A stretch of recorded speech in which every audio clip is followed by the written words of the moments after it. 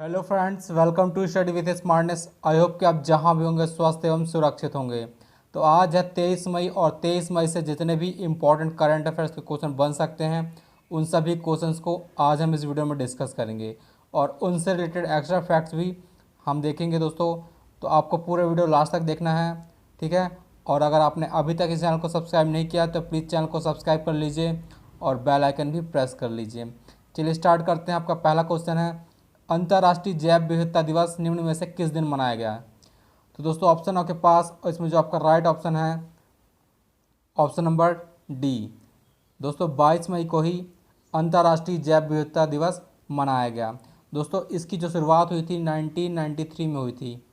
1993 से यह मनाया जा रहा है और इसको मनाता कौन है? तो दोस्तों इसको यूनाइटेड नेशन मनाता है। यूनाइटेड नेशन संयुक्त राष्ट्र मनाता है इसको। और इससे इम्पोर्टेंट एक करंट में जो एक चीज़ें हैं कि यह पहले 2000 तक, सन 2000 तक अंतर्राष्ट्रीय जैव विविधता दिवस 29 दिसंबर को मनाया जाता था, 29 दिसंबर को। और 2000 के बाद इसको शिफ्ट किया गया है 22 मई में। दोस्तों अब यह 22 मई को मनाया जाता है। इसको मनाता है यूएन। तो बात करें यदि यूएन की, तो यूएन की जो स्थापना हुई थी वह 24 अक्टूबर 1945 को हुई थी और इसका जो हेड क्वार्टर है वह आपका न्यूयॉर्क शहर में है। वर्तमान में जो यूएन महासचिव हैं उनका नाम है एंटोनियो गुटरेस, जो कि हैं पुर्तगाल देश के। दोस्तों जो यूएन डे मनाया जाता है वह 24 अक्टूबर को ही मनाया जाता है, क्योंकि 24 अक्टूबर 1945 को इसकी स्थापना हुई थी। चलिए इस क्वेश्चन से इतने सारे इंपॉर्टेंट फैक्ट्स इंपॉर्टेंट थे। चलिए अब नेक्स्ट क्वेश्चन देखते हैं। निम्नलिखित में से विश्व स्वास्थ्य संगठन WHO के कार्यकारी बोर्ड के अध्यक्ष के रूप में किसे चुना गया है? वर्ल्ड हेल्थ ऑर्गेनाइजेशन के कार्यकारी बोर्ड के अध्यक्ष के रूप में किसे चुना गया है? तो यहाँ पर जो आपका राइट आंसर है ऑप्शन नंबर ए, जो कि है डॉक्टर हर्षवर्धन। दोस्तों डॉक्टर जो भारत के केंद्रीय स्वास्थ्य मंत्री हैं डॉक्टर हर्षवर्धन, उनको ही WHO के कार्यकारी बोर्ड के अध्यक्ष के रूप में चुना गया है। दोस्तों जो कार्यकारी बोर्ड होता है इसमें 34 सदस्य होते हैं, 34 सदस्य का एक पैनल है जिसके अध्यक्ष के रूप में चुने गए हैं डॉक्टर हर्षवर्धन, जो भारत के वर्तमान में केंद्रीय स्वास्थ्य मंत्री हैं। यदि बात की जाए इस कार्यकारी बोर्ड की, तो इसके अभी वर्तमान में जो चेयरमैन हैं वह हैं हिरोकी नकतानी, जो कि हैं जापान के, और उनका ही स्थान लेंगे डॉक्टर हर्षवर्धन। अब यदि बात की जाए WHO की, वर्ल्ड हेल्थ ऑर्गेनाइजेशन, इसकी स्थापना हुई थी 7 अप्रैल 1948 को। इसका जो हेड क्वार्टर है वह जेनेवा स्विट्ज़रलैंड में है। वर्तमान में जो हेड हैं WHO के, उनका नाम है टेड्रोस अधानोम। टेड्रोस अधानोम वर्तमान में हेड हैं WHO के। चलिए नेक्स्ट क्वेश्चन देखते हैं अब। उत्तर प्रदेश के जेवर में नोएडा अंतर्राष्ट्रीय एयरपोर्ट को बनाने के लिए निम्नलिखित में से किस देश की कंपनी को केंद्रीय गृह मंत्रालय ने स्वीकृति दे दी है? तो ऑप्शन है आपके पास 4 हैं, उनमें से जो आपका राइट आंसर है वह है ऑप्शन नंबर ए, स्विट्जरलैंड की कंपनी है दोस्तों, जिसका नाम है Swiss firm Zurich airport international AG। दोस्तों Swiss firm Zurich airport international AG को ही स्वीकृति दी है केंद्रीय गृह मंत्रालय ने। वर्तमान में गृह मंत्री अमित शाह हैं, ठीक है। दोस्तों जो एयरपोर्ट है यह लगभग 5000 हेक्टेयर में बनाने की मंजूरी दी है। इसमें जो अनुमानित लागत आने की अनुमानित है वह 2950, ठीक है। दोस्तों यदि बात की जाए उत्तर प्रदेश की, तो उत्तर प्रदेश की जो कैपिटल है लखनऊ है। यहाँ के जो CM हैं योगी आदित्यनाथ हैं और वर्तमान में जो ये उत्तर प्रदेश की गवर्नर हैं उनका नाम है आनंदीबेन पटेल। तो आपको ये सारे फैक्ट्स याद रखने हैं। अब नेक्स्ट क्वेश्चन देखते हैं। हाल ही में निम्न में से किस बैंक ने, दोस्तों हाल ही में निम्न में से किस बैंक ने वीडियो के जरिए KYC स्वीकार करने वाला देश का पहला बैंक बन गया है? तो आपको बताना कि जो कौन सा बैंक है जिसने KYC स्वीकार करने वाला पहला बैंक बना है। तो यहाँ पे जो आपका राइट आंसर है वह है option number C, Kotak Mahindra bank. दोस्तों कोटक महिंद्रा बैंक ही बन गया है पहला बैंक जिसने KYC स्वीकार कर लिया है। दोस्तों इसमें क्या होगा, ग्राहकों के लिए वीडियो के थ्रू KYC की सुविधा शुरू की है कोटक महिंद्रा बैंक ने, ठीक है। दोस्तों कोटक 811 पर दोस्तों बचत बैंक खाता भी आप खोलने का इस्तेमाल किया जा सकता है, ठीक है। दोस्तों यदि बात की जाए KYC का फुल फॉर्म क्या होता है, तो know your customer, know your customer, know your customer होता है। ठीक है। यदि बात की जाए कोटक महिंद्रा बैंक की, तो इसकी जो स्थापना हुई थी फरवरी 2003 में हुई थी। इसका जो हेडक्वार्टर है वो आपका मुंबई में है, और इसके जो संस्थापक थे दोस्तों उनका नाम है उदय कोटक, और उन्हीं के नाम पर है कोटक महिंद्रा बैंक, उदय कोटक। चलिए नेक्स्ट क्वेश्चन देखते हैं आप। आरबीआई ने 22 मई 2020 को रेपो रेट में कितने फीसदी की कटौती की घोषणा की है।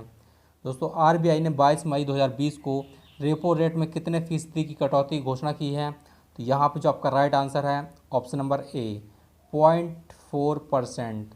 दोस्तों 0.4% की जो घोषणा की है। इसके पहले जो रेपो रेट थी वह 4.4 थी, जिसको आप घटा करके 4 कर दिया गया है। ठीक है। तो आपको याद रखना है 0.4 की कटौती की जाएगी। यदि बात की जाए दोस्तों रिवर्स रेपो रेट की, तो रिवर्स रेपो रेट जो पहले 3.75 थी, अब उसमें कटौती करके घटा दिया गया है 3.35 कर दिया गया है। ठीक है, 3.35। दोस्तों वर्तमान में हमारे आरबीआई गवर्नर हैं शक्तिकांत दास। तो आपको ये सारे फैक्ट्स याद रखने हैं। चलिए नेक्स्ट क्वेश्चन देखते हैं। हाल ही में नाबार्ड के नए अध्यक्ष के रूप में किसे नियुक्त किया गया है। दोस्तों हाल ही में नाबार्ड के नए अध्यक्ष के रूप में किसे नियुक्त किया गया है। तो यहाँ पे जो आपका राइट आंसर है ऑप्शन नंबर सी गोविंदा राजूली चिंटला।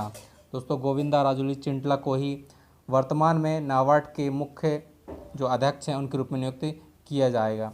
दोस्तों यदि वर्तमान में बात की जाए तो वर्तमान में जो अभी नियुक्त हैं उनका नाम है हर्ष कुमार भानवाला, वही हैं वर्तमान में नाबार्ड के अध्यक्ष। दोस्तों इनका स्थान लेंगे गोविंदा राजूली चिंटला। ठीक है। दोस्तों यदि बात की जाए नाबार्ड की, तो इसकी स्थापना 12 जुलाई को हुई थी 1982 में।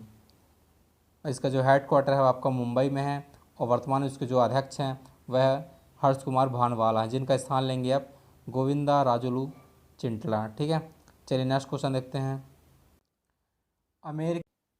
नेक्स्ट है अमेरिकी सीनेट ने किस देश की कंपनी को स्टॉक एक्सचेंज से हटाने का विधेयक पारित कर दिया है। दोस्तों अमेरिकी सीनेट ने, तो यहाँ पे जो आपका राइट आंसर है ऑप्शन नंबर डी जो कि है चीन। दोस्तों अमेरिकी सीनेट ने चीन के ही स्टॉक एक्सचेंज को हटाने का विधेयक पारित कर दिया है। ठीक है। दोस्तों यदि बात करें चीन की, तो चीन की जो कैपिटल है दोस्तों वह बीजिंग है, और यहाँ के जो प्रेसिडेंट है उनका नाम शी जिनपिंग है, और यहाँ की जो करेंसी है उसका नाम रेनमिनबी या युआन, दोनों ही नाम याद रखने आपको, रेनमिनबी या फिर युआन, क्योंकि दोनों ही एग्जाम में पूछ आते हैं। दोस्तों अलग किया है अमेरिका ने। तो अब बात करिए यदि अमेरिका की, यूएसए की, तो इसकी जो कैपिटल है दोस्तों वह वाशिंगटन डीसी है। वाशिंगटन डीसी जो कि है पोटोमैक नदी के किनारे, और जिसमें जो डीसी है उसका फुल फॉर्म है डिस्ट्रिक्ट ऑफ कोलंबिया। तो आपको ये याद रखना है, डिस्ट्रिक्ट ऑफ कोलंबिया एग्ज़ाम में पूछा गया है। दोस्तों यहाँ अमेरिका के जो प्रेसिडेंट हैं उनका नाम है डोनाल्ड ट्रंप, और अमेरिका का ही एक शहर है जो बहुत ही फेमस है न्यूयॉर्क। दोस्तों न्यूयॉर्क है जो वह हडसन नदी के किनारे है, यह एग्ज़ाम में पूछा गया क्वेश्चन है। न्यूयॉर्क किस नदी के किनारे है, तो वह आपका हडसन नदी के किनारे है। नेक्स्ट क्वेश्चन देखते हैं आप। 4 बार के ग्रैंड स्लैम एकल चैंपियन का हाल ही में 83 वर्ष की आयु में निधन हो गया, उनका नाम क्या था। दोस्तों 4 बार के ग्रैंड स्लैम एकल चैंपियन है और उनका 83 वर्ष की उम्र में निधन हुआ है। तो उनका जो नाम था ऑप्शन नंबर सी जो कि है एस्ले कूपर। दोस्तों एस्ले कूपर का ही हाल ही में निधन हो गया है 83 वर्ष की उम्र में, और यह ऑस्ट्रेलियाई टेनिस खिलाड़ी थे, ऑस्ट्रेलियाई। ठीक है। तो दोस्तों आपको नाम याद रखना है ऑस्ट्रेलिया।